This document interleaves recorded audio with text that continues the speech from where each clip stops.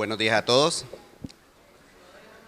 Vamos a darle continuidad a la charla que nos acaba de exponer Alfredo, tratando un poco de materializar estos conceptos de gobierno corporativo y además su importancia, y la importancia y la relevancia que tiene en el negocio. ¿Cómo vamos a darle continuidad? Ok, tenemos establecido un buen gobierno corporativo en donde hay una clara definición de los valores, clara definición de los objetivos de la empresa, hacia dónde vamos. Ahora hay que mantenerlo. ¿Por qué? Como decía Alfredo, el establecimiento de un buen gobierno corporativo es solo el inicio. Después viene el día a día y viene la creación de valor y el mantenimiento de ese valor como tal. Si nosotros pretendemos que con este inicio ya lo hicimos, nos estamos equivocando. Estamos muy equivocados. Viene todo lo que tiene que ver la parte del mantenimiento de control interno y el monitoreo, que es básicamente, digamos, el eje central de esta charla. Cuando estamos hablando de monitoreo, estamos hablando del día a día. Estamos hablando de las funciones que cada uno de los miembros de la entidad tiene que cumplir y cómo nosotros nos damos cuenta de que eso es así, cómo medimos su efectividad. Y bueno, Alfredo nos habló un poquito de los componentes de control interno y básicamente en lo que es la parte de ambiente de control, que es, por así decirlo, la base de todo lo que es un control interno. Como se fijan, esto es un cubo.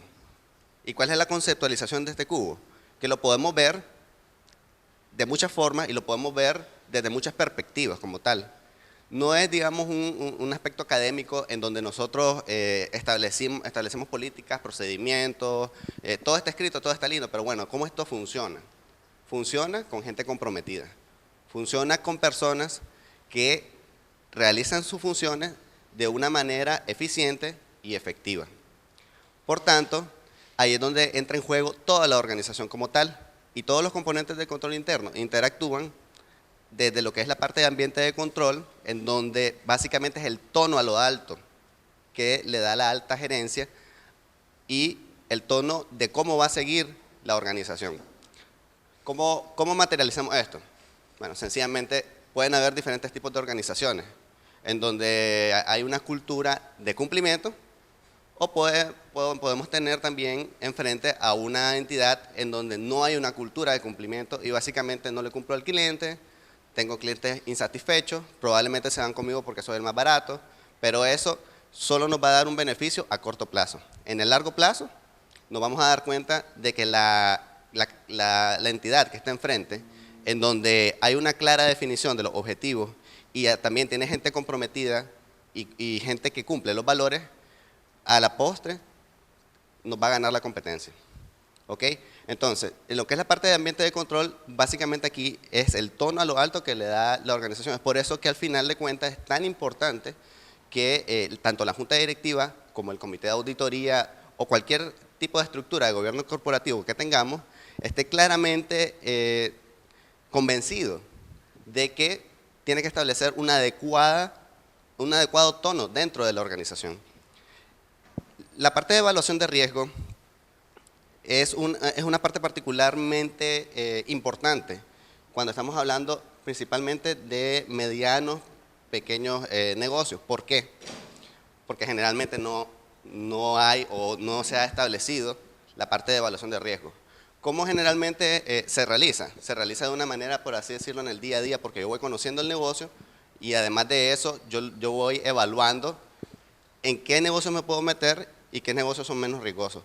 Pero realmente no hay una función de evaluación de riesgo en donde nosotros podamos identificar el riesgo, además poder medir el riesgo y tomar cursos de acción para disminuir el riesgo o evitar el riesgo. Entonces, en esa parte es muy importante que aunque sea un sistema de evaluación de riesgo en donde no tengamos unos grandes modelos que nos puedan ayudar a medir este riesgo, sin embargo, que lo tomemos en consideración, al menos deberíamos de tener una persona que esté enfocada en identificar los riesgos, evaluarlos y poder medirlos como tal, es decir, cuánto yo estoy dispuesto a perder si me meto en determinado negocio, cuánto yo estoy dispuesto, o cuánto, mejor dicho, el capital de mi organización está dispuesto a arriesgar y cuánto retorno nos está generando eso. En lo que es la parte de actividades de control, ahí viene la operatividad, viene todo lo que tiene que ver con cómo se manejan los procesos de negocio y cómo se maneja el ciclo de compras, cómo se maneja el ciclo de inventario, cómo es mi relación que tengo con mis proveedores, cómo es mi relación que tengo con mis clientes y además de eso, qué tipo de controles clave estoy estableciendo para asegurarme además de que toda la operatividad se está manejando de manera adecuada. Y aquellos controles clave es controles de autorización, controles de verificación, controles de conciliación que me permiten identificar errores e inclusive hasta temas de fraude.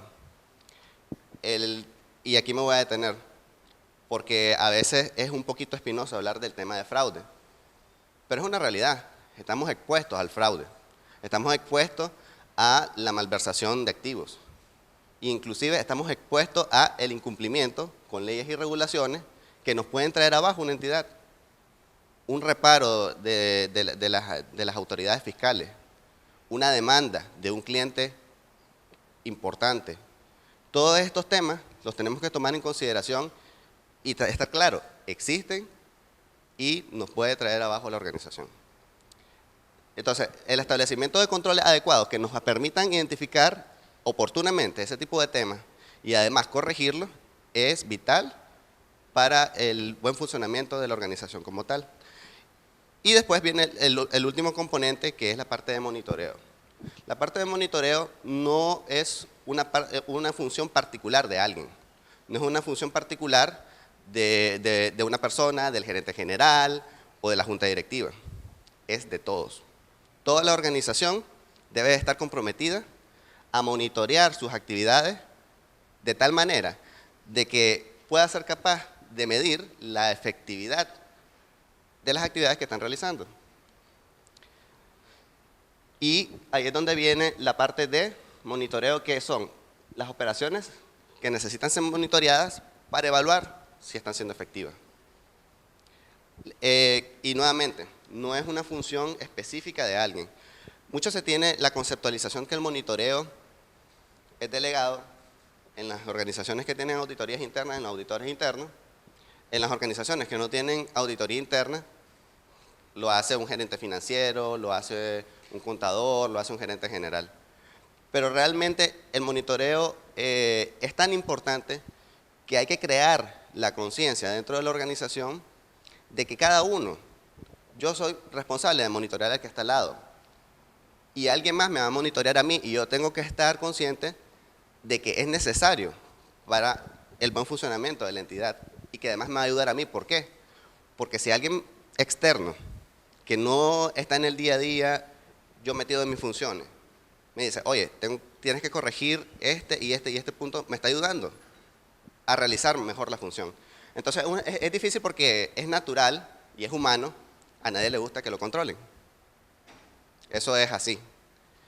Entonces crear esa cultura en donde el control sea conceptualizado como una herramienta de ayuda y que me va a ayudar en mis funciones particulares, que me va a hacer la vida más fácil y que además de eso me va a proteger, es muy importante y es fundamental a la hora de estar estableciendo un adecuado control interno y además de eso, el monitoreo de tales actividades. La administración debe considerar si las cosas se están realizando de manera efectiva, si los procesos que se han establecido son efectivos y eficaces. Es decir, no nos durmamos en nuestros laureles. Solo porque las cosas me han funcionado bien, de la manera en que lo estoy haciendo, no significa que sea la más eficiente ni la más efectiva. Por tanto, tenemos que estar en continua autoevaluación. Y ahí viene la otra parte, el cambio de cultura. Generalmente esperamos que alguien más nos evalúe. Muy pocas veces nos ponemos a pensar de que nosotros mismos también nos tenemos que evaluar.